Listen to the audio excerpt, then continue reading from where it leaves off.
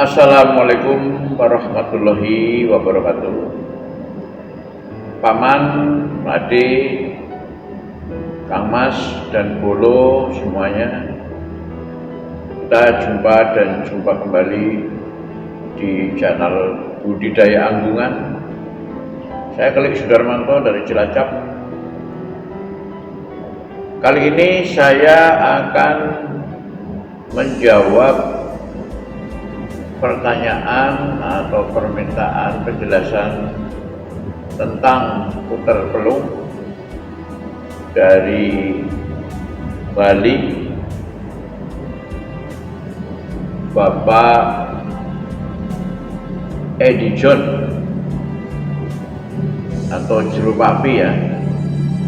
Ini mohon maaf saya agak sedikit terlambat menanggapinya, tapi kali ini akan saya jelaskan bagaimana untuk memilih burung puter pelung yang memiliki kualitas suara yang bagus, yang bisa dimaknai puter pelung yang bisa digunakan untuk lomba, atau puter pelung yang bisa digunakan sebagai indukan.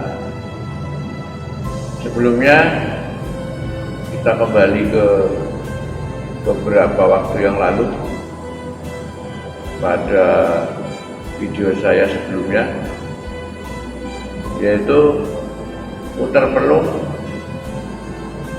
sering di kategori memiliki beberapa tipe suara dalam anggungannya. Dalam istilah puter pelung ada istilah burung puter pelung yang memiliki tipikal suara pelok, ada juga yang selendro, ada juga yang sendaren, istilahnya begitu, ada juga yang pelok selendro. Apa itu pelok?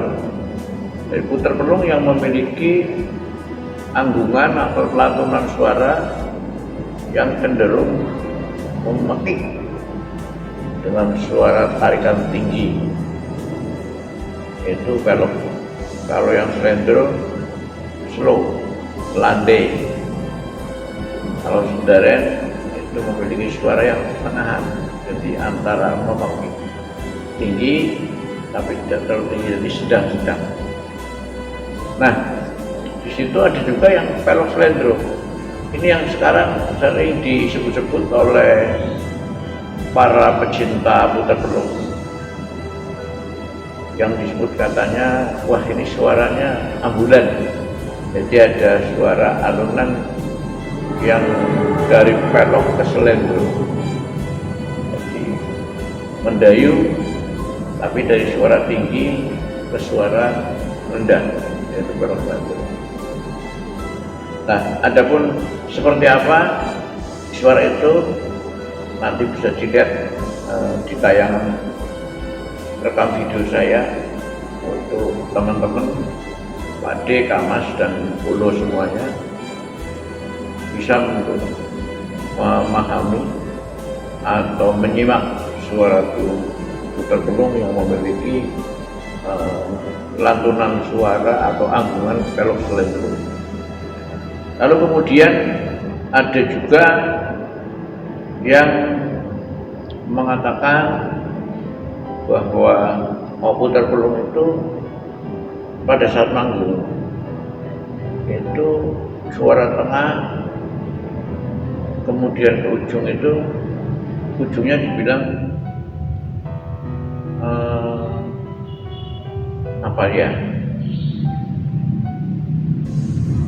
dibilang bahwa wah ini ujungnya 2 not.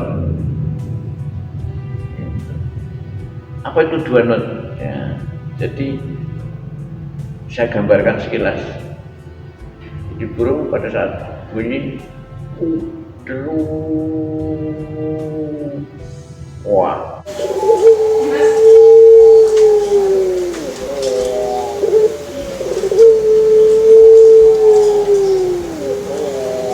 itu kan satu not ujungnya.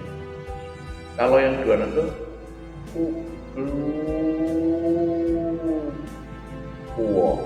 jadi kuok, bukan wok, tidak hanya wok tapi kuok. Nah, kuok ini sering disebut-sebut ujungnya dua not.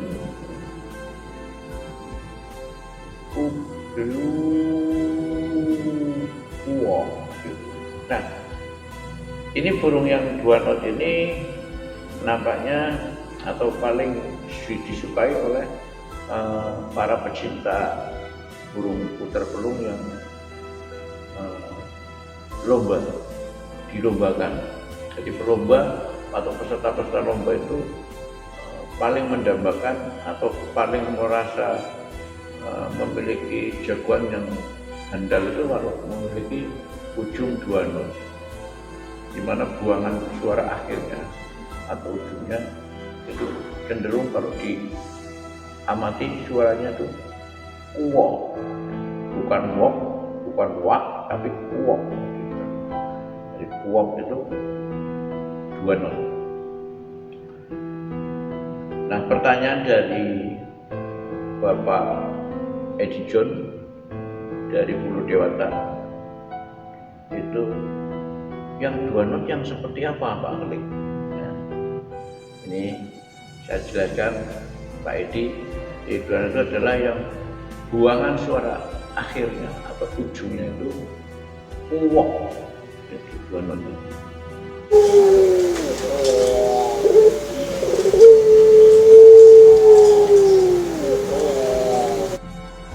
Lalu ada ditanyakan, ya suara panjang itu seperti apa atau seberapa panjangnya? Nah, karena tidak bisa diukur dengan meteran ya. Jadi untuk membedakan suara yang panjang dan pendek memang yang bisa kita jelaskan adalah dia cenderung lebih lama dia dalam melantunkan anggungan. Namun saya berikan satu pedoman ya, ini menurut pengalaman saya, burung puter dimaknai bersuara panjang. Paling gampang itu mengukurnya satu napas kita. Jadi pada saat burung itu mulai berbunyi wah, itu satu napas kita. Kita memperhatikan burung yang sedang bunyi, di saat dia mulai bunyi, kita menahan napas. Kalau satu napas kita, burung itu masih belum berhenti berbunyi, itu sudah bisa dimaknai panjang. Itu yang bisa saya jelaskan kepada teman-teman, paman, pakde, dan juga bolo semua. Kira-kira mungkin begitu. Nanti bisa dinyatakan oleh teman-teman atau pakde serta paman dan ramas. Setelah mengukur burungnya sendiri atau burung orang yang didengari, kalau pada saat satu kali dia melantunkan suara lebih panjang dari satu napas kita yang kita tahan, itu masih sudah cukup panjang. Itu lalu kemudian bagaimana untuk kita bisa memilih burung yang memiliki lantunan suara yang bagus dan ujungnya atau buangan akhir suaranya adalah dua not. Menurut pengalaman saya, teman-teman atau paman, pakde, dan juga ramas, sebetulnya burung yang dua not itu sudah bisa ditengarai pada saat dia itu masih relatif muda atau dia juga belum sudah dewasa dalam kondisi yang sedang tidak manggung, itu sebenarnya sudah bisa kita raba atau sudah kita bisa tengarai. Biasanya burung-burung yang memiliki suara ujung 2 not itu sering terlihat seperti burung tersedak atau burung batuk atau burung mengalami seperti mengalami gangguan pernapasan. Dalam kondisi tenang, dalam kondisi dia rileks, nyantai, habis makan atau sedang menyisir bulu, itu suka bunyi cekik, cekik gitu. Jadi ada cekik seperti tersedak.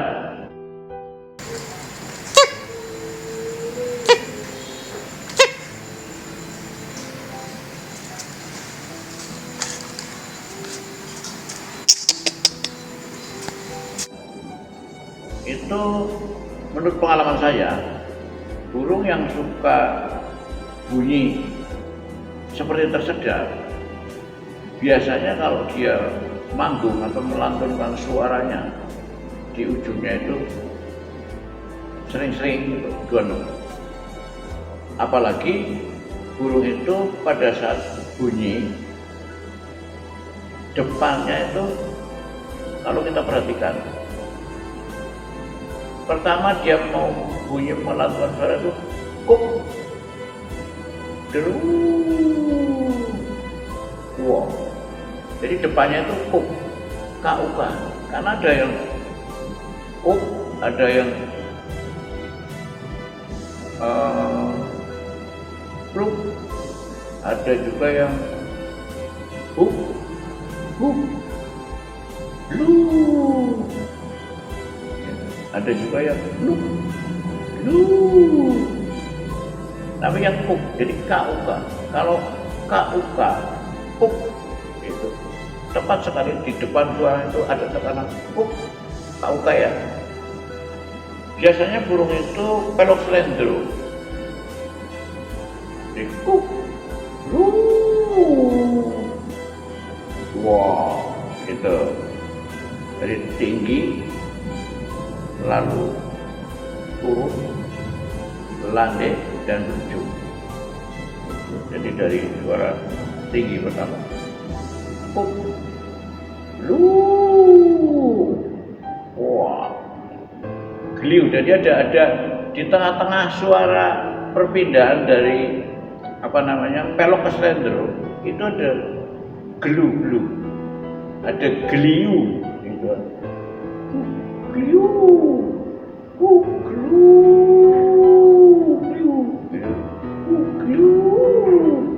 nah seperti itu kira-kira.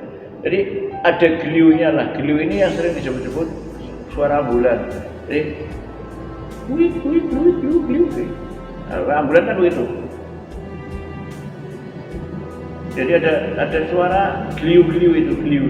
Geliu itu yang menunjukkan bahwa suaranya itu pelok slendro. Atau slendro juga slendro ya, jadi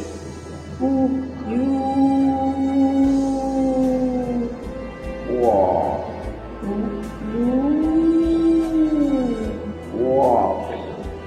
kira-kira begitu.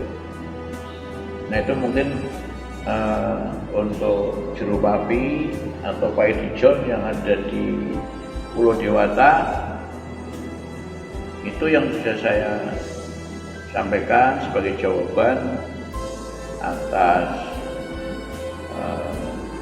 pertanyaan atau request Bapak beberapa waktu yang lalu. Nah, nanti Pak Edi John silakan bisa menyimak rekam suara burung saya agar Bapak lebih bisa meneliti, merasakan, dan memahami tentang suara anggungan interpeluk. Jadi kepada teman-teman, Paman, Pak Ade dan Kamas, Kalau kebetulan punya burung yang masih muda atau punya burung yang belum sepenuhnya melantunkan suara sempurna, itu jika sering terdengar bunyinya seperti tercekik ataupun tersedak, itu tidak usah takut, karena itu adalah salah satu ciri ya, untuk kita bisa mengenali bahwa burung tersebut sesungguhnya memiliki alunan suara atau ambungan yang bagus. Apalagi paling jelas itu kalau pada malam hari.